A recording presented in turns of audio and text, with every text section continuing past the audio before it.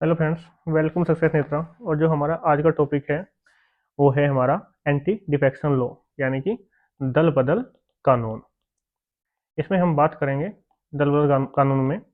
इसका हमारा जो इंट्रोडक्शन है उसके बारे में बात करेंगे, इसका जो हमारा हिस्टोरिकल बैकग्राउंड है उसके बारे में बात करेंगे, और जो इस रूल को लाने के पीछे जो हमारा इंटेंट था उसके बारे में बात करेंगे, और इस रूल के अंदर में क्या क्या लॉ दिए गए हैं, क्या क्या नियम दिए गए हैं उसके बारे में बात करेंगे। इसके एडवांटेज क्या हैं उसके बारे में हम बात करेंगे, और इस रूल का क्रिटिसिज्म क्यों किया जाता है उसकी बात करेंगे, और रूल को लेके क्या क्या चैलेंजेस हमारे सामने हैं और उनके सजेशन या फिर रिकमेंडेशन या फिर वे फॉरवर्ड क्या हो सकता है, इसके बारे में हम आज के जो लेक्चर है उसमें बात करने वाले हैं। आशा करते हैं कि आप वीडियो को देखने से पहले जो डिस्क्लेमर है एक बार इसको अवश्य पढ़ेंगे। अब हम बात करते हैं इंट्रोडक्शन की। Anti defection law, anti defection law की जब हम बात करते हैं तो ये होता है आपका दल बदल कानून। दल बदल कानून या फिर एंटी डिफेक्शन लॉ भारत में तो चुनाव होने के बाद एक बहुत बड़ी समस्या है। वो चुनाव होने के बाद अगर कोई भी आदमी है वो चुन के आ गया है, तो चुनाव होने के बाद उसका पार्टी बदलना, इधर उधर भागना, उसके कारण जो चुनाव है उनका कोई ना कोई अर्थ नहीं रह जाता है। और उन उस समस्या से निपटने के लिए जो है इस कानून को लेके आ गया था 1985 में, जिसको हमारा जो 52वां संविधान संशोधन था उसके तहत लेके आ गया था। होता क्या था कि जैसे भी कोई भी चुनाव हमारा यहाँ पे हो रहा है, तो चुनाव होने के बारे में एक पार्टी ए है और एक पार्टी बी है। इस पार्टी के पास में 20 एमपी है और इस पार्टी के पास में मान लीजिए 25 एमपी है, और टोटल सीट है 45। तो इनको 23 सीट चाहिए। तो जो ये एमपी है यहाँ 20, ये छोड़ के इसमें चले जाएंगे या फिर इसके एमपी छोड़ के इसमें आपके आ जाते थे। तो उससे क्या था कि एक अनसर्टेनिटी आ जाती थी कि जो हमने चुनाव किया है, चुनाव होने के बाद में जो पब्लिक का जो मैंडेट है उसका कोई मतलब नहीं रह जाता था। चाहे वो आपका फाइनेंशियल गेन हो चाहे फिर पॉलिटिकल गेन हो, तो उस सब के चलते जो पॉलिटिशियंस थे वो लगातार अपनी पार्टियां बदल रहे थे। तो इससे निपटने के लिए बावन हमारे संविधान के अंदर में 1985 में 52वां संविधान संविधान संशोधन किया गया, और इसके साथ में हमारा जो 10वीं अनुसूची है, यानी जो हमारी संविधान की 10th शेड्यूल है उसको अंदर में इसको हम लेके आए। और 1985 में इस संशोधन होने के बाद में एक नया वर्ड पॉलिटिकल पार्टी यानी कि राजनीतिक दल, ये हमारा राजनीतिक दल है, इस शब्द का एक कॉन्स्टिट्यूशन के अंदर में हमारा ये आ गया। इससे पहले हमारे कॉन्स्टिट्यूशन में कोई भी पॉलिटिकल पार्टी नाम का यानी राजनीतिक दल नाम का कोई भी वर्ड हमारे संविधान के अंदर में नहीं था। और इस संविधान के इस नियम के अंदर में कुछ कमियां थी जो समय के साथ साथ पता लगी। तो उन कमियों को दूर करने के लिए, उन सबके निर्माण के लिए हमारे संविधान के अंदर में दोबारा अमेंडमेंट किया गया 91 कॉन्स्टिट्यूशन अमेंडमेंट एक्ट 2003 के अंदर में। तो जो इस नियम के अंदर में कुछ खामियां थी उनको दूर करने का इसमें काम किया गया। और जो कोई भी एमपी है या एमएलए है, अगर वो कोई भी पार्टी बदलता है तो उसके डिस्क्वालिफिकेशन के लिए क्या क्या फैक्टर होंगे, और उसके बाद क्या प्रोसीजर होगा। कोई भी अगर एमपी या एमएलए है, अगर वो किसी पार्टी से डिफेक्शन करता है तो उस केस में उसको कुछ समय के लिए मिनिस्टर नहीं बनाया जाएगा। तो उन जो भी इसके मतलब रूल थे उनको और ब्रीफ वे में एक तरह से डिफाइन किया गया और अच्छी तरीके से। तो वो किया गया 91st कॉन्स्टिट्यूशन अमेंडमेंट 2003 के अंदर। हालांकि अभी इसमें कुछ खामियां हैं, उसके बारे में हम आगे जाके बात करेंगे। अगर हम इस कानून के हिस्टोरिकल बैकग्राउंड की अगर हम बात करते थे, तो 1960 के अंदर में भारत के समय में जो सरकार थी, एक गठबंधन की सरकार जो हमारी होती है, जो कोएलिशन पॉलिटिक्स होते हैं, उसका राइज होना स्टार्ट हुआ, जिससे जो डिफेक्शन के मामले थे वो आपके और ज़्यादा बढ़ते चले गए। अगर हम बात करें कोएलिशन पॉलिटिक्स यानी गठबंधन की सरकार के बारे में, तो इसमें क्या है कि इसके लिए मैंने एक अलग से लेक्चर भी बनाया है, उसको आप देख सकते हैं प्ले लिस्ट में जाके। देन अगर मैं बताऊं तो पार्टी ए है और पार्टी बी है और पार्टी सी है। माने चले कि टोटल 100 हमारे पास में सीट है। पार्टी ए को 30 सीट मिली, पार्टी बी को आपकी मिली 20 सीट और पार्टी सी को मिली 50 सीट। अब होना क्या चाहिए कि आपकी जो किसी भी पार्टी को सरकार बनाने तो उसको 51 प्लस में आपकी सीट आपकी चाहिए, लेकिन 51 किसी के पास में भी नहीं है। तो इसमें क्या होगा कि आपकी 30 ये 20 ये और जो ये 50 सीट जिस पार्टी के पास में, इसमें से एक या दो एमपी एमएलए इधर आपके आ जाएंगे। तो इनके पास में मतलब सबसे बड़ी पार्टी है, 50 सीट उसके पास में है, लेकिन अगर उसके जो एमपी है वो दूसरी पार्टी को ज्वाइन कर लेते हैं, एमएलए दूसरी पार्टी को ज्वाइन कर लेते हैं, तो देन वे पावर के अंदर में आ जाती है। या फिर जो ये दो पार्टी है, इस पार्टी के एमएलए जो एमपी है वो अगर दूसरी पार्टी में चले जाएंगे तो देन आपका ये हो जाएगा। या फिर जो आपकी ए और बी पार्टी है, इसमें से कोई एक पार्टी जाके सी के अंदर में मिल जाए, तो देन उस केस में भी आपकी एक बहुमत की सरकार आपकी आ जाएगी। तो जो हमारा गठबंधन की सरकार है, कोलिशन पॉलिटिक्स है, इसके चलते हुआ क्या कि जितने भी आपके एमपी थे, एमएलए थे, उसको कैसे भी करके अपनी पॉलिटिकल पावर गेन करने के लिए कैबिनेट के अंदर में एक जगह चाहिए होती थी। तो उस जगह के चलते एक कैसे भी करके हमें कैबिनेट के अंदर में एक जगह आपके मिल जाए, तो उस सीट को ऑक्यूपाई करने के लिए जो डिफेक्शन के केस थे वो आपके और ज़्यादा बढ़ने लगे। और अगर हम बात करें 1967 यानी कि 1967 के अंदर में एक लेजिस्लेटर थे दयालाल, तो इन्होंने एक सिंगल डे के अंदर में अपने 3 बार अपना जो अलायंस था वो चेंज किया था, यानी कि एक सिंगल डे में 3 बार पार्टी को चेंज किया था।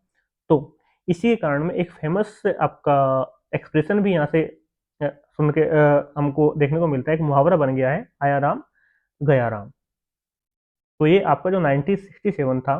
तो उसके अंदर में एक एमपी थे हरियाणा के गयालाल, तो उसके कारण में ये चीज़ हुई थी, जिन्होंने एक दिन के अंदर में ही आपकी 3 बार पार्टी चेंज कर ली थी। 1957 से 1967 के अंदर में जो कांग्रेस थी, तो पहली पार्टी थी जिसके अंदर में लगभग 98 जो लेजिस्लेटर थे, उन्होंने डिफेक्शन का के कारण में, मतलब डिफेक्शन होने के कारण में, मतलब उसके 98 लेजिस्लेटर एमएलए आप बोल लीजिए, एमपी बोल लीजिए, वो दूसरी पार्टी के अंदर में चले गए। और उसमें से कुछ हालांकि पार्टी में बाद में आ गए, लेकिन जो कांग्रेस में वापस नहीं आए, उन्होंने अपने पॉलिटिकल पावर गेन करने के लिए कुछ अपनी नई पार्टी उन्होंने बना ली। देन 1967 में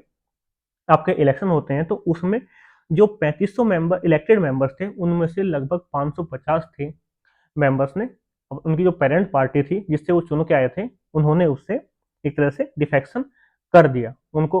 वो अपनी पेरेंट पार्टी को छोड़ के वो दूसरी पार्टी के अंदर में चले गए। तो इस प्रॉब्लम को, जो डिफेक्शन की प्रॉब्लम थी, इसको टैकल करने के लिए 1967 में एक कमेटी का गठन हुआ। उसकी जो चेयरमैनशिप थी वो थी आपकी वाई.बी. चौहान के पास में। और इस कमेटी ने 1968 में अपनी रिपोर्ट दी, जिसको एंटी डिफेक्शन बिल की दिशा में आपका पहला कदम माना जाता है। फर्स्ट अटेम्प्ट था ये एंटी डिफेक्शन बिल लाने की उसमें 1968 में। लेकिन अपोजिशन को इस बिल का सपोर्ट था, लेकिन इंदिरा गांधी जो उस समय पावर में थी, उन्होंने इस जो कमेटी की रिपोर्ट थी, इसको सजेशन को जॉइंट सिलेक्शन कमेटी के पास में रिकंसिडरेशन के इसमें इनको फॉरवर्ड कर दिया। 1977 से 1979 के अंदर में पहली बार मोरारजी देसाई आपके प्रधानमंत्री बनते हैं, और नॉन कांग्रेस एडमिनिस्ट्रेशन भारत में सरकार बनाता है। यानी कि कांग्रेस से अलग एक पार्टी थी मोरारजी जो पहली बार सरकार बनती है नॉन कांग्रेस गवर्नमेंट, वो 1977 से 1979 के बीच में चलती थी, जिसको लीड कर रहे थे मोरारजी देसाई। और जो ये सरकार बनी थी, इसके अंदर में कहीं ना कहीं डिफेक्शन का ही एक मामला था, क्योंकि इसके अंदर में लगभग 76 पार्लियामेंटेरियन थे, उन्होंने आपका डिफेक्शन किया था। देन 1977 में क्या होता था कि जो इंदिरा गांधी से दोबारा मेजोरिटी के साथ में अपनी सरकार बना लेती है, और जो आपके इंडिपेंडेंट मेंबर्स हैं, यानी जिन्होंने पहले डिफेक्शन किया था कांग्रेस से, वो अब डिफेक्शन करके वापस कांग्रेस के अंदर में, जो नॉन कांग्रेस लीडर थे वो वापस कांग्रेस के अंदर में चले जाते हैं। अब इसके अंदर में क्या होगा कि जो पब्लिक है, जो हमारे यहाँ की जनता थी, वो जिसको वोट दे रही है, किसी पार्टी को वोट दे रही है कि मैं ए मेंबर को वोट दूंगी कांग्रेस से या फिर किसी अदर पार्टी से, पता लगा कि चुनाव देने के बाद में वो जीत भी जा रहा है, लेकिन वो किसी और पार्टी को ज्वाइन कर ले रहा है। तो जो पब्लिक थी, पब्लिक इससे नाराज हुई, तो पब्लिक ने अपना ओपिनियन रेज किया कि इसका कुछ ना कुछ समाधान होना चाहिए। देन आपका 1984 में जो राजीव गांधी थे, वो एंटी डिफेक्शन बिल पार्लियामेंट के अंदर में लेके आते हैं, जिसको 1985 के अंदर में अप्रूव किया जाता है, जनवरी 1985 में। फिर प्रेसिडेंट ऑफ इंडिया की एसेंट मिलने के बाद में ये प्रॉपर एक कानून बन जाता है। अभी लेकिन जो आपके सचिन पायलट है, राजस्थान से एमएलए हैं, उन्होंने जो ये बिल है उसको चैलेंज किया है कोर्ट में, फ्रीडम ऑफ एक्सप्रेशन और स्पीच का जो है उसके बेसिस पे, कि जो ये आपका है, जो आपका एंटी डिफेक्शन बिल है, ये आपका जो फंडामेंटल राइट है हमारा आर्टिकल 19(1)(a) के अंदर में, उसको कहीं ना कहीं वोलेट करता है कि हमारे जो एमपी है, एमएलए है, उनको जो उनके पर्सनल एक्सप्रेशंस है उनको एक्सप्रेस करने से कहीं ना कहीं रोकता है, क्योंकि अगर जो उनकी किसी चीज़ को लेकर उनकी राय है अगर वो देंगे और वो पार्टी के अपोजिट जा रही है, तो उस केस में उनको उनके ऊपर में डिफेक्शन का केस लग सकता है। तो इसको चैलेंज किया गया है सचिन पायलट के द्वारा रिसेंटली, जो आपके राजस्थान से एमएलए हैं। हाईकोर्ट के अंदर में इसको चैलेंज किया गया है। अब अगर हम बात करें इस बिल को लाने के पीछे जो इंटेंट था वो क्या था। सबसे पहले आपको करप्शन को हमको कम करना था, क्योंकि जो एमएलए है या फिर आपके एमपी यानी कि जो लेजिस्लेचर्स हैं वो किसी भी पार्टी के अंदर में जाएंगे तो या तो पॉलिटिकल गेन के लिए जाएंगे या फिर आपके जो मॉनेटरी गेन के लिए वहाँ पे वो जाते हैं। तो कहीं ना कहीं करप्शन का उसको बढ़ावा मिलता है। हमारी जो डेमोक्रेसी है वो और अधिक मजबूत हो, हमारी जो एडमिनिस्ट्रेशन है उसके अंदर में स्टेबिलिटी आपकी आए, और जो आपके नॉमिनेटेड हैं या फिर जो आपके इलेक्टेड मेंबर्स हैं उनकी जो रेस्पॉन्सिबिलिटी है वो फिक्स की जा सके। जो भी एमएलए है या एमपी है वो अगर वो चुन के आते हैं इलेक्शन के टाइम, जिस पार्टी के साथ में वो अलाइन है, तो उस पार्टी के साथ में वो लॉयल रहें। आपकी जो हॉर्स ट्रेडिंग है, जो आपकी जो आपकी बोलते हैं जो एमएलए एमपी है जो लेजिस्लेचर है उनकी जो बोली लगती है वो उस तरह का आपका काम ना हो, क्योंकि जो हमारी जो डेमोक्रेटिक सेटअप है उसको कहीं ना कहीं हार्म करता है। हमारी जो सरकार है वो आपकी स्मूथली फंक्शन करती रहे, हमारी जो सरकार है वो आपकी स्मूथली फंक्शन करती रहे, और देन जो आपके आपके रिप्रेजेंटेटिव है वो एक सी पार्टी से दूसरी पार्टी के अंदर में शिफ्ट ना हो, चाहे वो करप्शन हो, चाहे आपको फाइनेंशियल गेन हो, चाहे फिर पॉलिटिकल गेन हो। तो इस तरह की चीज़ें ना हो, इसको भी ध्यान में रखा गया है। देन आपका जो मिनिस्ट्री ये होता है कि हम आपको कोई ना कोई मिनिस्ट्री दे देंगे, कोई ना कोई ऑफिस दे देंगे, मतलब कोई एक ल्यूक्रेटिव पोस्ट आपको दे देंगे, उसको लेकर भी किसी एमपी एमएलए के अंदर में कोई भी आपका लालच ना आए। इस तरह की चीज़ों को प्रिवेंट करना, और एक जो हमारी पार्टी है जिस पार्टी से से वो चुन के आ रहे हैं, जिन्होंने जिस पार्टी के वो प्रतिनिधि हैं, अगर वो पार्टी की कोई राय है, उस पार्टी का कोई मैंडेट है, तो उसको वो वायलेट ना करे, उसके साथ में वो स्टेबल रहे। ये तो ये इस बिल को लाने के पीछे ये कुछ आपके इंटेंट थे। अगर हम बात करते हैं लॉ की, नियम की, कि इस बिल के अंदर में क्या कानून आपका रखा गया है। सबसे पहले हम डिस्क्वालिफिकेशन क्राइटेरिया की अगर हम बात करें, तो अगर कोई भी एमएलए है या एमपी है, अगर कोई वॉलंटरली मतलब अपनी इच्छा से कोई पार्टी है उसकी जो है मेंबरशिप को छोड़ देता है, तो देन उसको डिस्क्वालीफाई माना जाएगा। अगर कोई एमएलए है या एमपी है, वो पार्टी की कोई एजेंडा है पार्टी का, और उसके लिए वोटिंग होनी है आपकी संसद के अंदर में, तो संसद के अंदर में या फिर आपकी राज्य विधानसभा के अंदर में अगर कोई वोटिंग होनी है, तो उसके या तो वो अपनी पार्टी के जो मैंडेट है उसके खिलाफ वोट कर देता है, या उस वोटिंग से अपने आप को अब्सेंट कर लेता है। अब मतलब उसमें कोई भी वोट नहीं करता है, तो उस केस में भी उसका डिस्क्वालिफिकेशन का केस उसके ऊपर में लग सकता है, डिफेक्शन केस के अंदर में लग सकता है। अगर वो इलेक्शन के पास में के बाद में किसी दूसरी पार्टी को ज्वाइन कर लेता है, देन ये भी एक रीजन हो सकता है। अगर कोई नॉमिनेटेड मेंबर है, आपके संसद के अंदर में कुछ इलेक्टेड मेंबर होते हैं, देन आपके कुछ नॉमिनेटेड मेंबर होते हैं। इसको आपका अगर हम बात करते हैं राज्य विधानसभा के अंदर में तो गवर्नर अपॉइंट करता है। देन अगर हम बात करते हैं सेंट्रल गवर्नमेंट के अंदर में यानी कि आपका पार्लियामेंट के अंदर में, तो उसको आपका जो प्रेसिडेंट ऑफ इंडिया है वो आपका नॉमिनेट करते हैं। तो ऐसे कोई भी मेंबर अगर अपनी नॉमिनेशन के बाद यानी कि अपनी सीट मिलने के बाद में 6 महीने के बाद में किसी और पार्टी को ज्वाइन कर लेते हैं, तो उस केस में भी उसके ऊपर में डिफेक्शन का केस लग जाता है। अगर कोई इंडिपेंडेंट मेंबर है, इंडिपेंडेंट इलेक्ट होके आया है, लेकिन वो किसी पार्टी को ज्वाइन कर लेता है, पॉलिटिकल पार्टी को, तो उस केस में भी आपका डिफेक्शन का केस आपका लग जाएगा। देन लेकिन इसी में क्या है कि अगर कोई भी मेंबर ऑफ पार्लियामेंट है या आपका मेंबर ऑफ लेजिस्लेटिव असेंबली है, वो सिलेक्ट हो जाता है एज ए चेयरमैन या फिर आपका एज ए स्पीकर, तो उस केस में वो अपनी पार्टी से रिजाइन भी कर सकता है और अपनी पार्टी को वो रिज्वाइन भी कर सकता है। इस केस में आपका मतलब जो ये रूल है उसमें जो डिफेक्शन है उससे आपके जो चेयरमैन है और स्पीकर है उसको एग्जेम्पशन है, उनके ऊपर में डिफेक्शन का केस नहीं लगाया जाएगा। और किस मेंबर ऑफ पार्लियामेंट या मेंबर ऑफ लेजिस्लेटिव असेंबली के ऊपर में डिफेक्शन का केस लगाना है, तो इसकी जो अल्टीमेट डिसीजन मेकिंग अथॉरिटी है वो आपका चेयरमैन या फिर स्पीकर है, यानी कि इसके अंदर में और कोई भी कुछ नहीं कर सकता है। अगर चेयरमैन या स्पीकर चाहेगा तो देन उसके ऊपर में डिफेक्शन का केस लगेगा, डिस्क्वालीफाई इसको किया जा सकता है, अगर नहीं होगा तो देन आपका नहीं होगा। देन आपकी जो ये नियम है, ये नियम कहता है कि जो आपका जो कोर्ट है,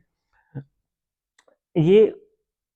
अगर कोई भी मेंबर है उसको डिस्क्वालीफाई किया गया है तो उसको कोर्ट के जुडिक्शन से बाहर रखा जाएगा। लेकिन इसके बाद लेकिन बाद में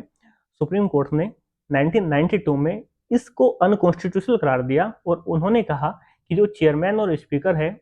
उसका जो निर्णय होगा वो सब्जेक्ट टू जुडिशियल रिव्यू है under article 32 and article 226 of Indian constitution. यानी कि पहले क्या था कि जो आपका चेयरमैन या स्पीकर है उन्होंने जो डिसीजन दे लिया उसको आप चैलेंज नहीं कर सकते कोर्ट में, लेकिन 1992 के अंदर में सुप्रीम कोर्ट ने ये कहा कि वो अगर हम उसको चैलेंज नहीं कर सकते देन ये अनकॉन्स्टिट्यूशनल है, असंवैधानिक है। लेकिन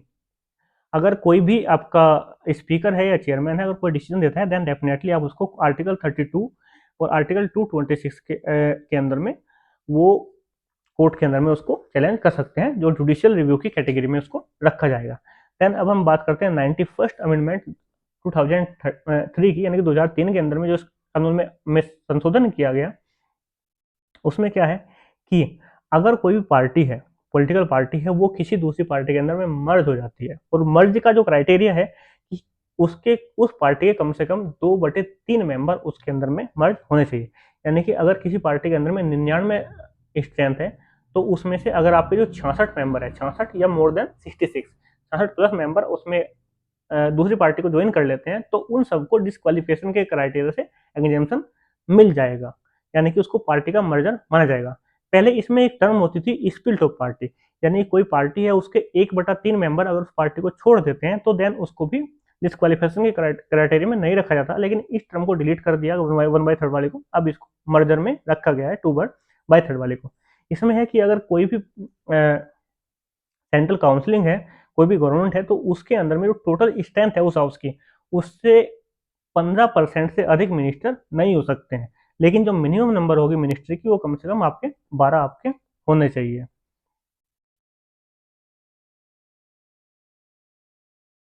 और अगर कोई भी पॉलिटिकल पार्टी से कोई इंसान चुन के आया है और वो डिस्क्वालीफाई हो गया है डिफेक्शन के बेसिस पे, तो उसको आप फिर कोई भी मिनिस्टर की पोस्ट पे बनने के लिए भी अपने उस टर्म के अंदर में वो डिस्क्वालीफाई माना जाएगा। अगर हम बात करें इस नियम के एडवांटेजेस के बारे में तो इसमें क्या है कि जो हमारे पॉलिटिकल पॉलिटिकल गेन के लिए या फिर मॉनेटरी बेनिफिट के लिए जो जो आपके एमएलए एमपी थे जो पार्टी बदल रहे थे तो उसको कहीं ना कहीं इसमें कर्व हुआ है, उसको कहीं ना कहीं प्रिवेंट किया गया है। देन हमारे जो एडमिनिस्ट्रेशन है उसके अंदर में स्टेबिलिटी आई है और जो हमारा डेमोक्रेटिक एक सेटअप है उसके अंदर में जो पार्टी का मर्जर है उसकी कंसेप्ट को लेके आया गया है, तो हमारा जो डेमोक्रेटिक सेटअप है उसको एक अधिक और बल मिला है। हमारा करप्शन हमारा कम हुआ है, जो और जो हमारे इरेगुलर इलेक्शन होते थे, पता लगा कि बार बार एमपी एमएलए पार्टी छोड़ के जा रहे हैं और बार बार चुनाव कराने पड़ जा रहे हैं, तो उस सब चीज़ों से भी हमको कहीं ना कहीं जो नॉन डेवलपमेंटल एक्सपेंडिचर था उससे हमको कहीं ना कहीं एक तरह से इजाद मिला है।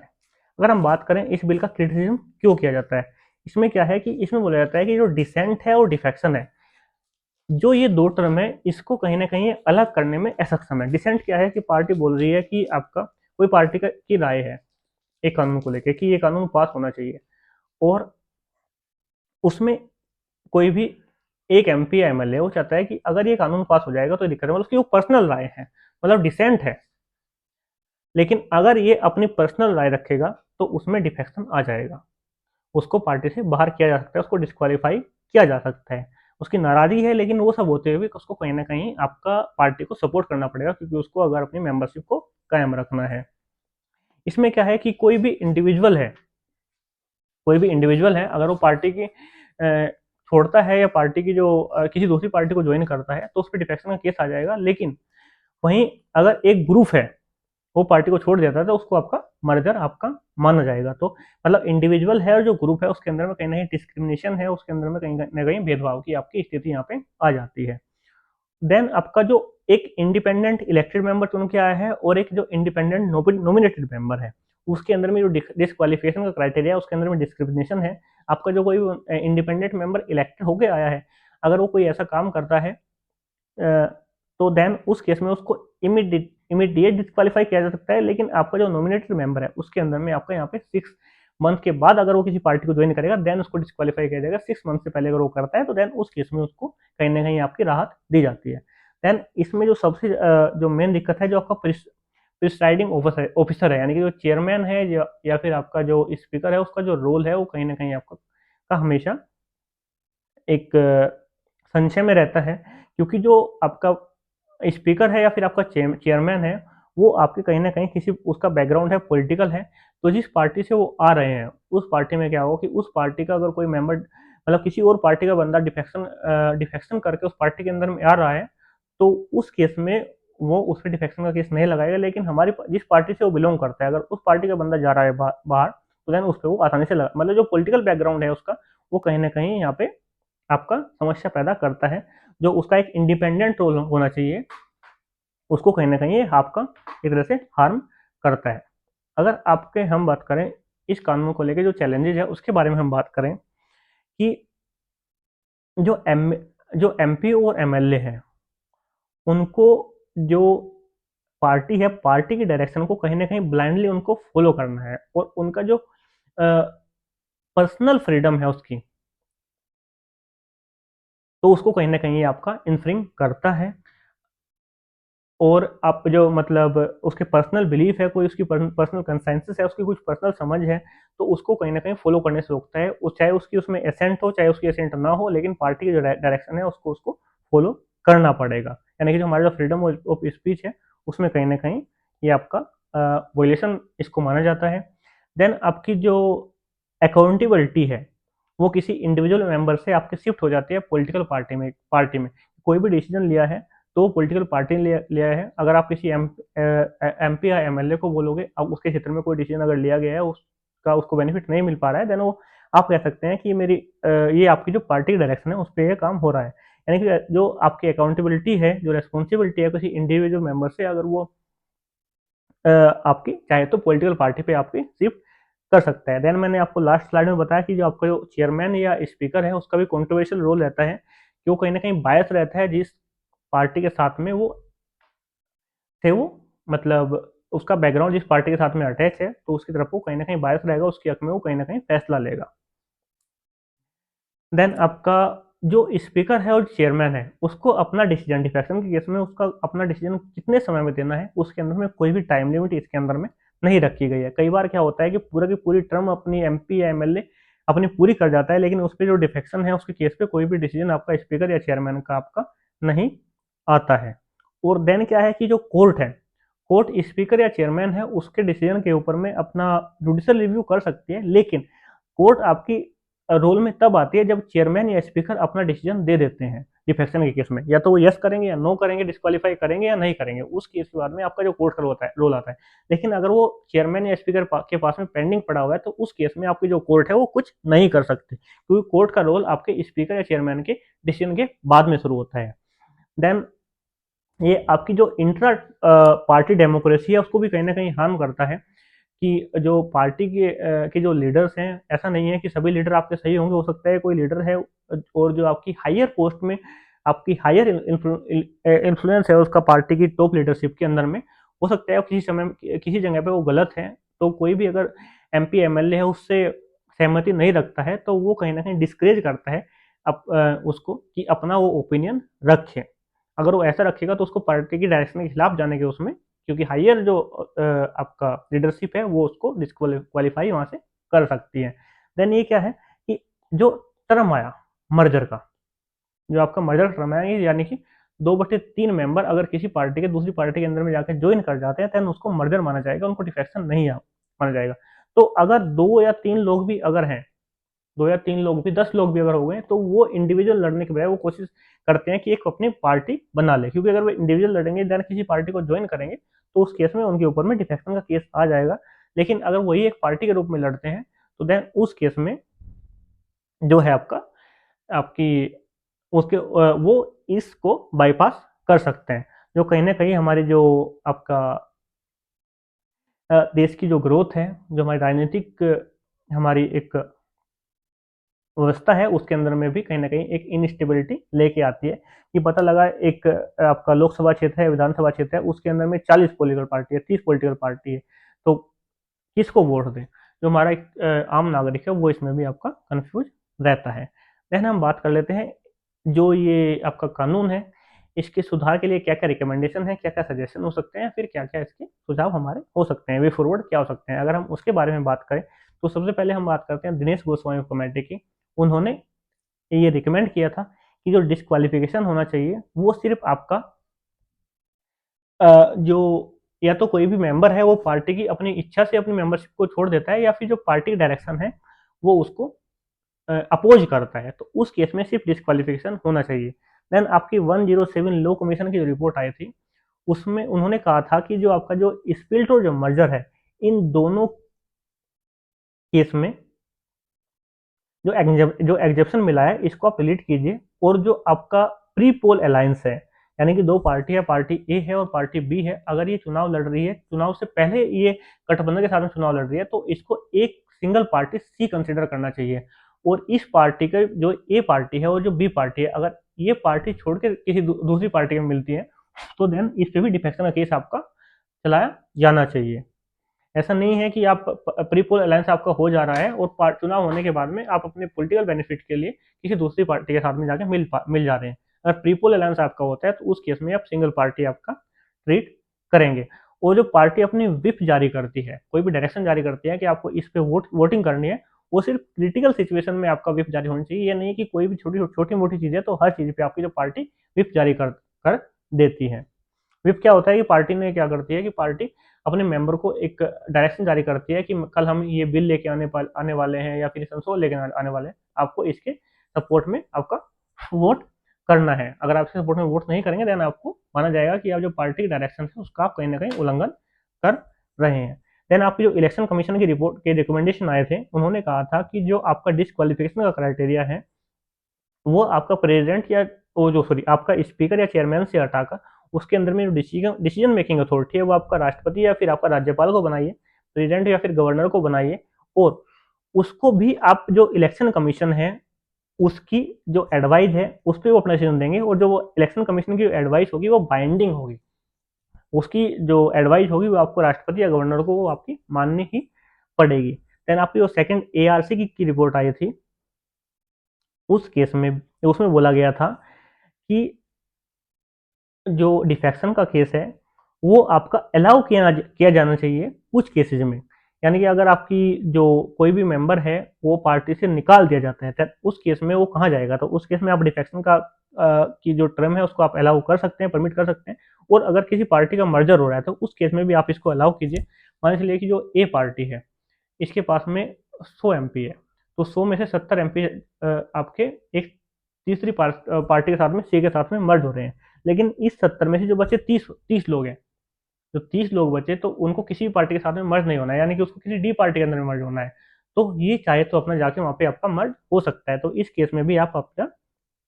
इसको आप जो डिफेक्शन का केस होता है उसको आप यहाँ से थोड़ा सा उसके अंदर में आपको एग्जाम्पशन देने की यहाँ पे रिक्वायर्ड है। और जो आपका रोल है जो स्पीकर या चेयरमैन का, वो वहाँ से शिफ्ट करना चाहिए कि इंडिपेंडेंट अथॉरिटी जैसे कि आपका इलेक्शन कमीशन है तो उसकी तरफ ये शिफ्ट कर देना चाहिए। और आपका जो चेयरमैन है या स्पीकर है अगर आप इन्हीं के पास में रखते हैं तो उनका जो भी डिसीजन है उस डिसीजन के लिए आप कोई भी टाइम फ्रेम यहाँ पे आप निर्धारित कीजिए कि इतने समय के अंदर में आपको अपना डिसीजन देना ही देना है। तो ये कुछ सजेशन है, रिकमेंडेशन है। और देन इस लेक्चर को बनाने के अंदर में जो क्रेडिट है रेफरेंसेस जाता है, देन आपका Wikipedia, Drishti IAS, Byju, Vajiram and Ravi, and आपका नेक्स्ट आईएएस। और आज के लिए इतना ही, मिलते हैं बहुत जल्द।